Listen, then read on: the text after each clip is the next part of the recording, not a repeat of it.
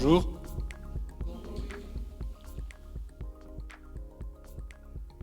Vous avez failli n'avoir personne. Certains vont dire flûte alors. Hein? Parce qu'hier après-midi, c'était Michel qui était prévu. Il m'a téléphoné hier après-midi, il est malade. Et moi, j'ai fait un malaise dans la voiture en venant. C'est pour ça que vous m'avez vu arriver un peu en retard. J'étais ici à 9h30, mais j'ai été obligé de m'allonger un peu à l'arrière. Et ça va mieux maintenant.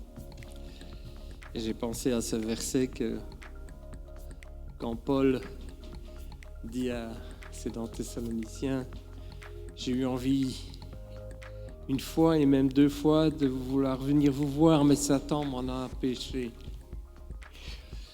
Eh bien, c'est loupé, je suis là.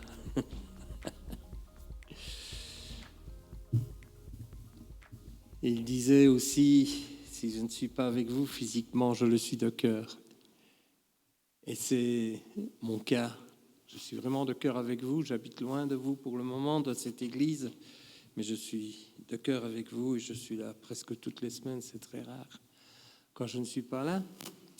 Voilà. Je vais maintenant vous dire ce que... Ça bouge beaucoup, cet engin. C'est pas grave. Je bouge plus qu'elle. Je vais vous dire ce que Dieu a mis vraiment dans mon cœur pour vous ce matin. Et je vais m'adresser ce matin aux chrétiens. Je vais m'adresser ce matin aussi aux chrétiens qui ont, comme on dit, de la bouteille. Donc les chrétiens qui sont chrétiens depuis déjà des années et qui continuent et qui s'accrochent avec Dieu. Et je vais commencer en vous disant une phrase forte, une phrase qui peut choquer. Et c'est volontaire. C'est pour vous interpeller. Et cette phrase est celle-ci, c'est une question. C'est quoi ton problème? C'est quoi ton problème? Et je m'adresse à moi, je dis, Luc, c'est quoi ton problème? C'est quoi ce qui fait que tu n'arrives pas à être comme tu voudrais être avec Dieu? C'est quoi ce qui fait que tu n'arrives pas à être libéré de ton péché? C'est quoi ce qui fait que tu rencontres tellement de difficultés? C'est quoi ce problème d'addiction dont tu n'arrives pas à être libéré? C'est quoi? C'est quoi? C'est quoi? Je peux continuer. C'est quoi ce qui t'empêche d'avancer?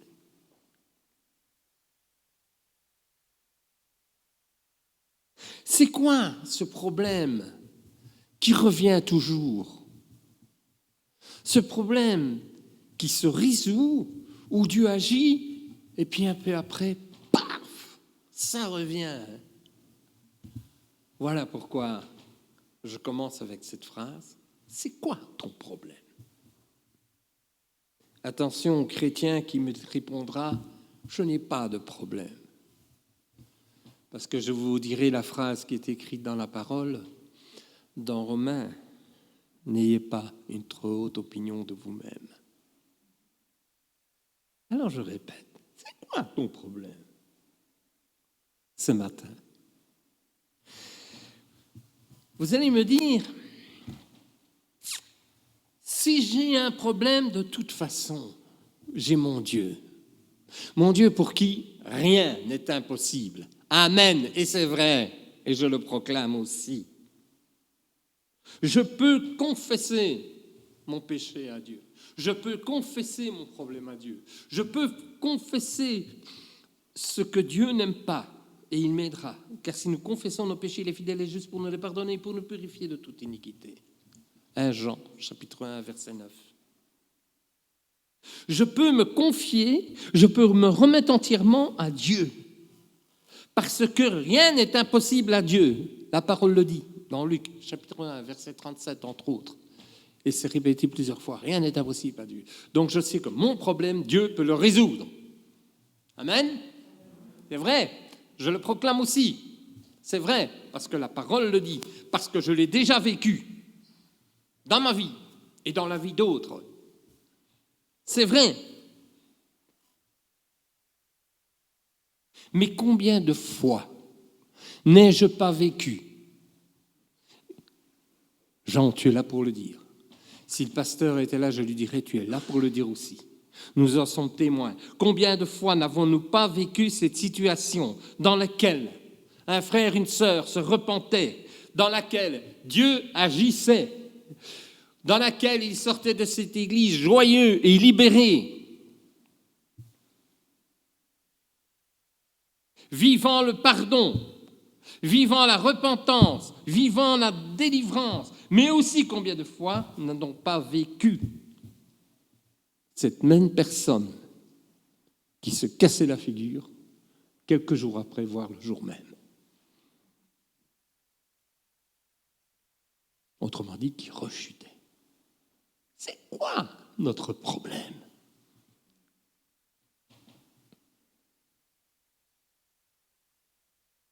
Je vais vous faire une petite remarque. Parfois, Dieu donne aux chrétiens tout ce qu'il faut pour gagner une course. Et quand je vous dis qu'il donne tout, c'est tout. Parfois, ça aussi je l'ai vécu. J'ai rencontré des chrétiens à qui Dieu avait tout donné pour gagner la course. Ils ne pouvaient pas la perdre. Ils ne pouvaient pas, ce n'était pas possible. Il avait reçu les prophéties, tout était là, c'était impossible. Et pourtant, le flop était là aussi. Vous savez pourquoi? Parce que la course était par là, et lui, il courait par là. Alors vous voyez, même si Dieu nous donne tout ce qu'il faut pour réussir, il y a aussi des conditions qui sont chez nous, pas chez Dieu.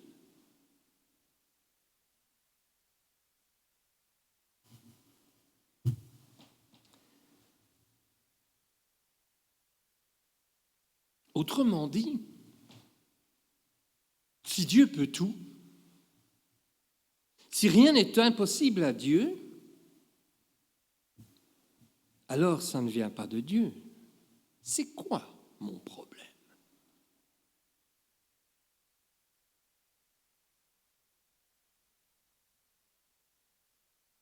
Et là, quand je vous disais que je m'adressais aux chrétiens qui ont de la bouteille, je m'adresse aussi bien à un pasteur, à un ancien, à un responsable ou à un chrétien qui a 40 ans de vie de chrétienne et qui vit avec le même problème depuis 40 ans. Ce n'est pas impossible.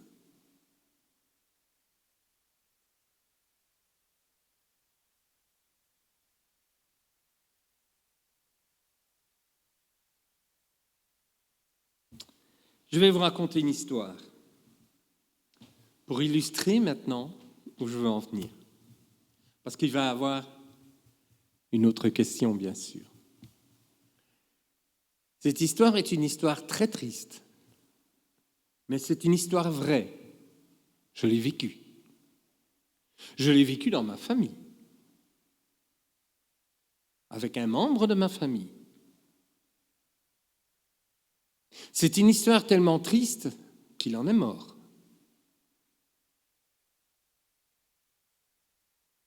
Ce garçon avait épousé ma sœur. Et il avait un problème. Il avait un problème avec tout ce qui était voyance, l'au-delà, etc. Il s'y était intéressé avant sa conversion. Et il avait, entre autres, chez lui, beaucoup de livres, etc., qui en parlaient. Donc, il s'y était vraiment intéressé. Et ça restait. Et il s'était rendu compte que ça allait à l'encontre de ce que Dieu lui demandait et de ce que Dieu attendait de lui. Il s'était rendu compte que c'était son problème. Qu'est-ce qu'il a fait? Il s'est repenti. Il s'est repenti. Il s'est mis à genoux devant Dieu. Nous avons eu des moments de prière. Il en a eu dans cette église. Il a vécu la libération. Et pourtant,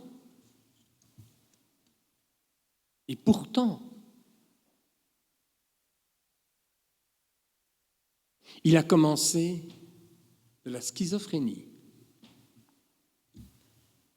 Et plus il criait à Dieu, et plus ses problèmes augmentaient. Et il savait que Dieu faisait tout pour le libérer. Il savait que Dieu pouvait tout faire. Je vais raccourcir l'histoire. Mais ça a été à un tel point qu'un jour, il s'est pendu. Ce garçon ne savait plus où il en était. Ça a été une catastrophe dans la famille, ça a été une catastrophe pour nous, ça a été une catastrophe dans l'église. Les médecins nous avaient même prévenus. Ils nous avaient dit, il va finir par le faire, c'est pas possible.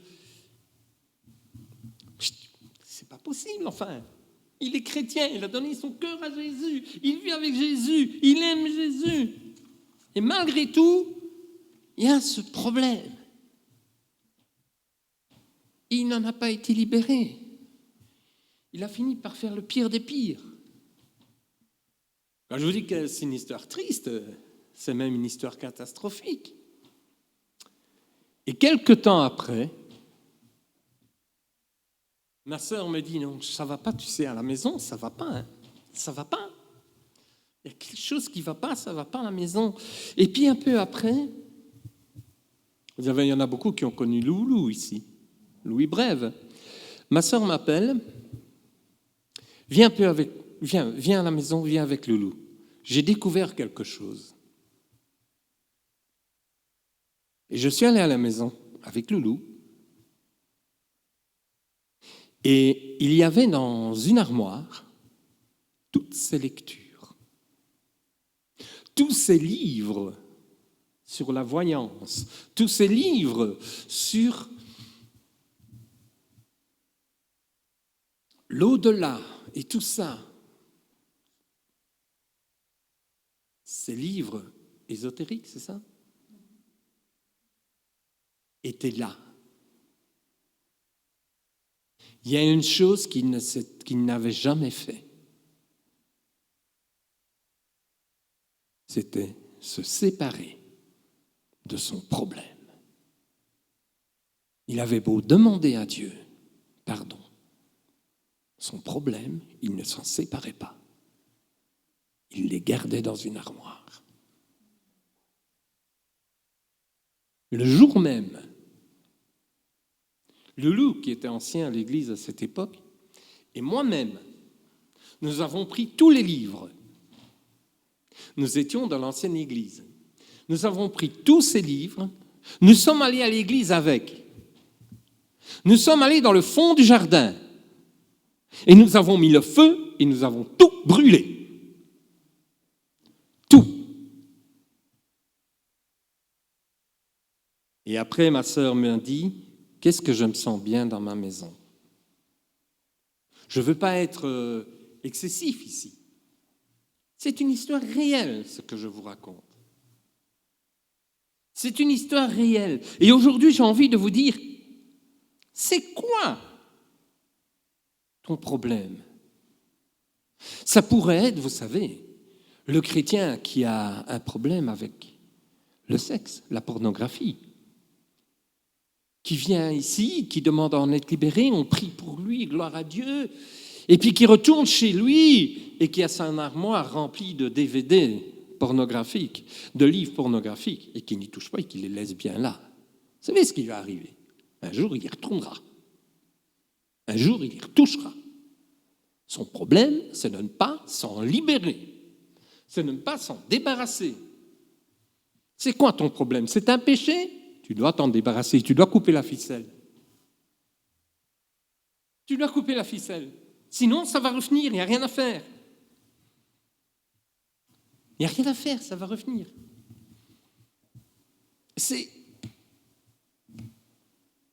J'ai envie de dire c'est mathématique. Mais c'est comme ça.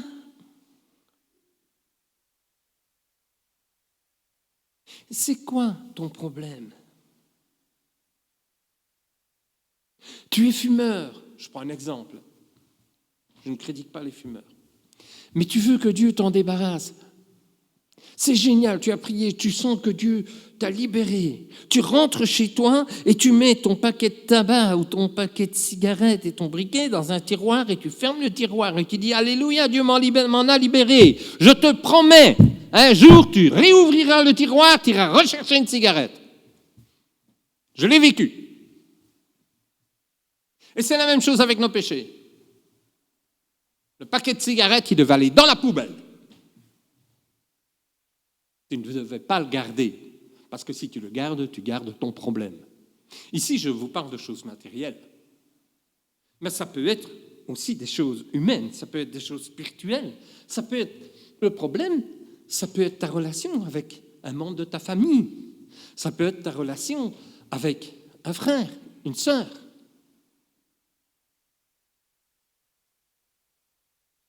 Tu demandes à Dieu l'aide, tu demandes pardon à Dieu, tu demandes à Dieu le soutien. Mais si tu ne règles pas le problème avec ton frère et ta sœur, ça refera surface. C'est quoi ton problème? Alors aujourd'hui, je peux encore vous donner des tas d'autres exemples. Aujourd'hui, ce qui m'importe, ce n'est pas votre problème. Ce n'est pas mon problème. Mais c'est ce qu'on va faire pour qu'il ne soit plus notre problème. Vous le connaissez, votre problème, quel qu'il soit. Et ce qui est important ce matin, ce n'est pas que vous le confessiez à Dieu, parce que vous l'avez déjà fait. Ce n'est pas que vous lui demandez de l'aide, vous l'avez déjà fait. Et si vous ne l'avez pas fait, vous allez le faire. Ce qui est important, c'est que vas-tu faire de ton problème? Et qu'est-ce que Dieu attend que tu fasses? N'as-tu pas une part à faire pour que Dieu puisse résoudre ton problème? Rappelle-toi ce sportif à qui Dieu donne tout pour gagner, mais qui court dans le mauvais sens. Dieu peut tout te donner pour te libérer du problème. Mais si toi, tu ne t'en débarrasses pas, si toi, tu ne coupes pas le cordon avec ton problème, c'est toi qui t'y accroches. Et là, Dieu ne peut rien faire.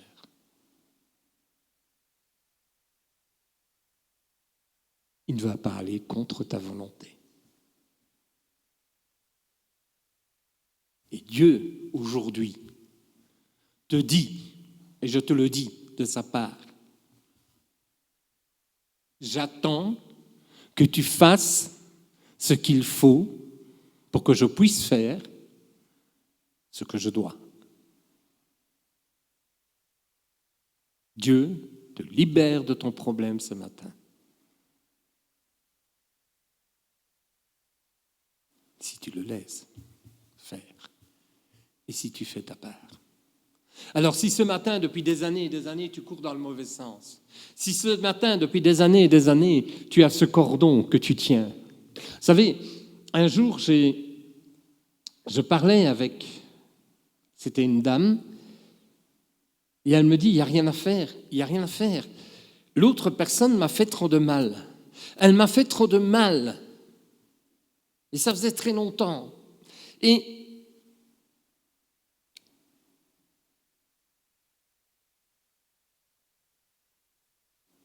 ça coince, ça coince.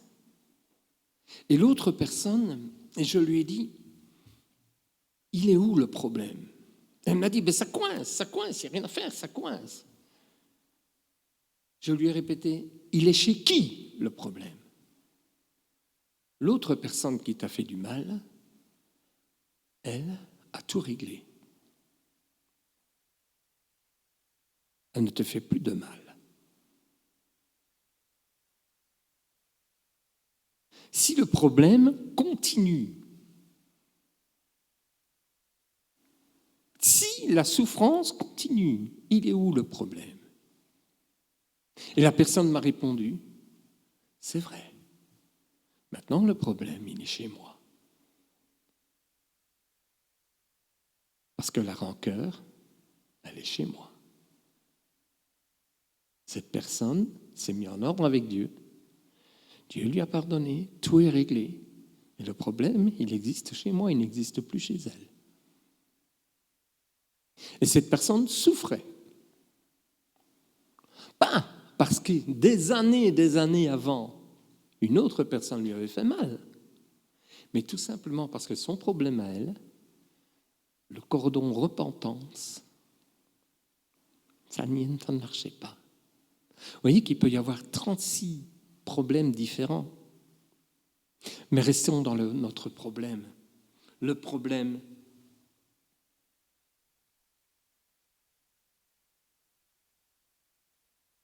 dont nous avons parlé, et je vais vraiment être très court ce matin,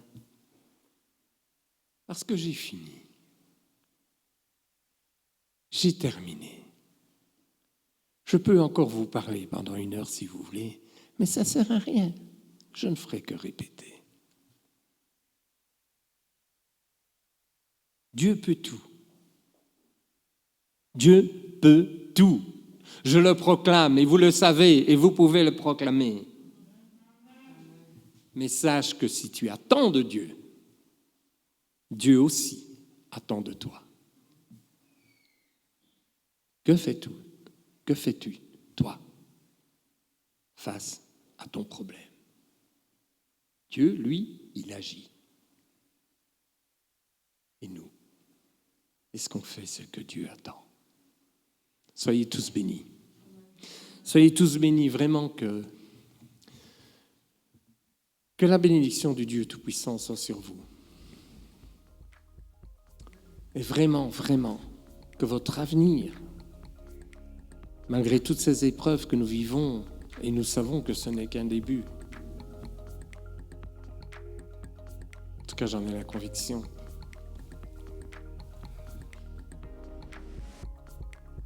mais nous savons aussi que c'est la victoire qui est au bout pour chacun d'entre nous.